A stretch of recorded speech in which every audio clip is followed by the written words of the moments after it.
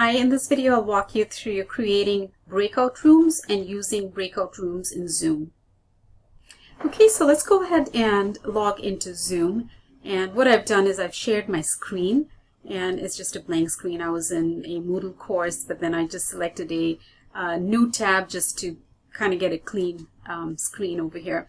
So what we want to do is if you, in your Zoom toolbar, you want to select the option that says Breakout Rooms. And since I have the screen share on, I have to select More and then select Breakout Rooms.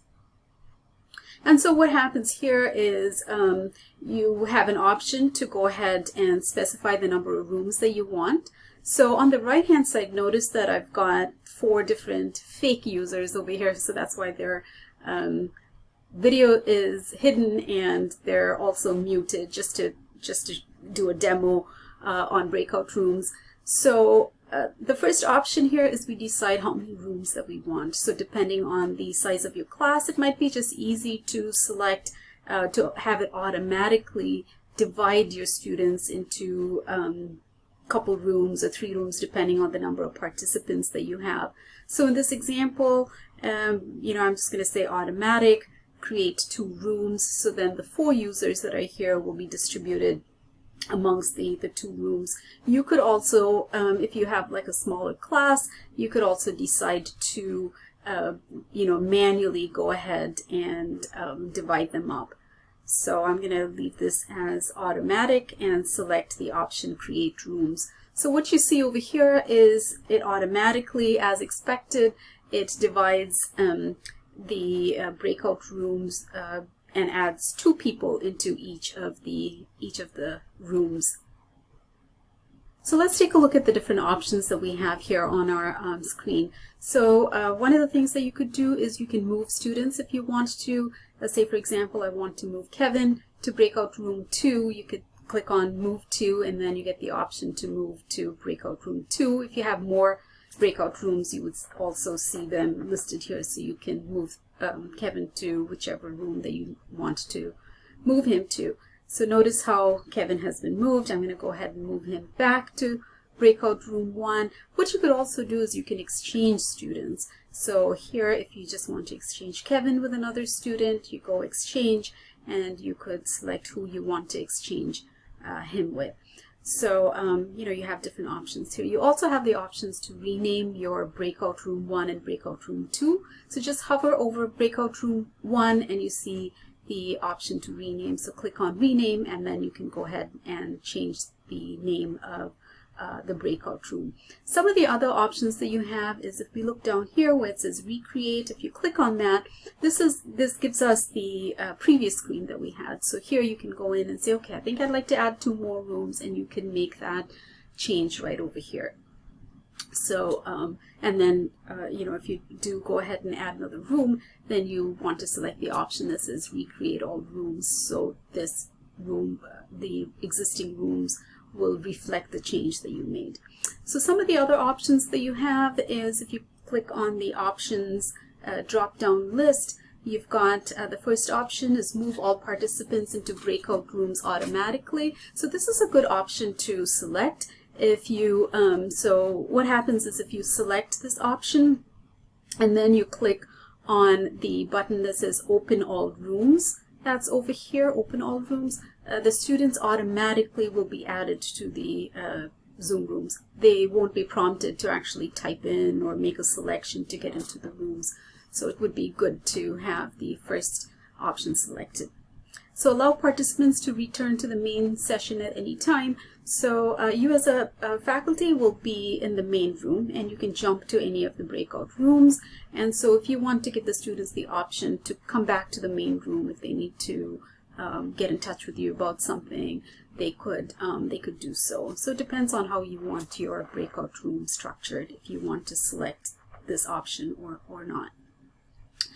And then if you want to set kind of a timer for your breakout rooms, you could do that over here. Breakout rooms close automatically after 30 minutes or whatever the time that you want. So you can, go ahead and make the selection and then change the 30 minutes to what works best for you. So, and then if you have that selected, you also have the option to be notified when the timer gets down to the number of minutes that you have assigned.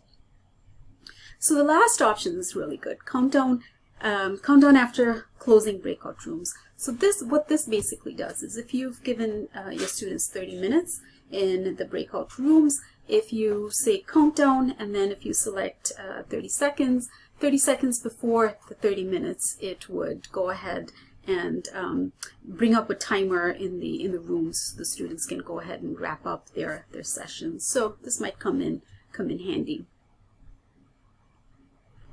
Okay, so that's pretty much all the options related to breakout rooms. So let's go see how this works.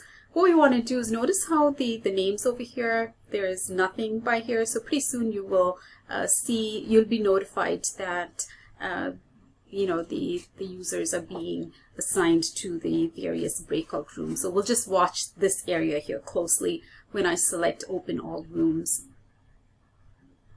Okay, so now you see the dots, and then as you see the students being assigned to the rooms, they become green filled circles. So what you see here is, so everyone's in the breakout room, but you as a faculty are in the main room.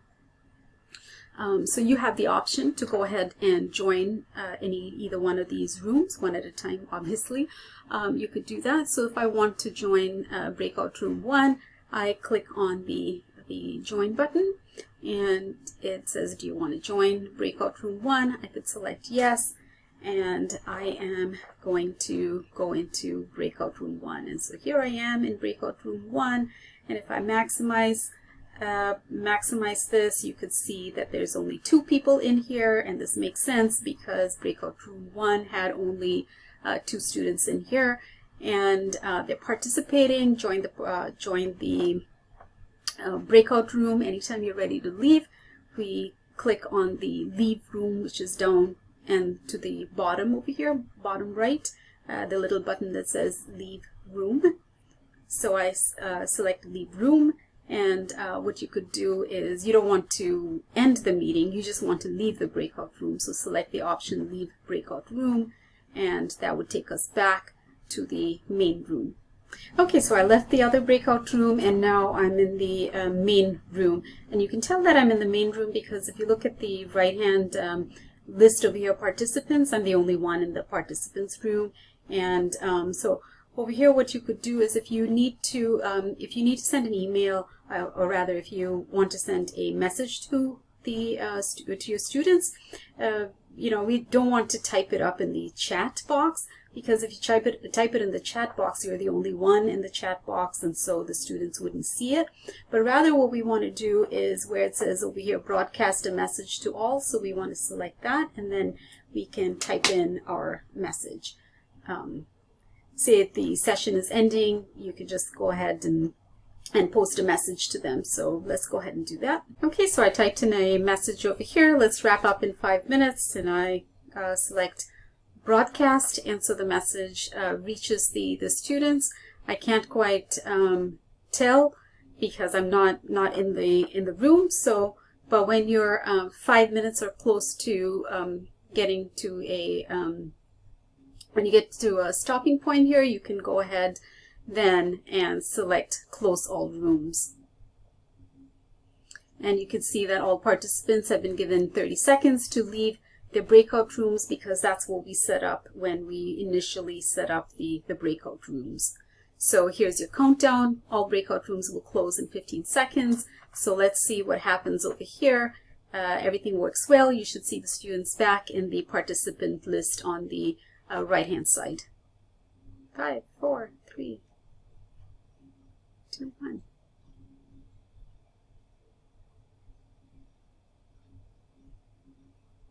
Okay, yay. It worked. It should work. So now the participants are back in the main room, and here you can go ahead and close. So then you continue on in your session, and so that's basically how the breakout rooms work. So what we looked at is how we went ahead and initiated the breakout rooms, and then we split the breakout rooms manually, and then we took a look at how we can exchange students or move students if we needed to.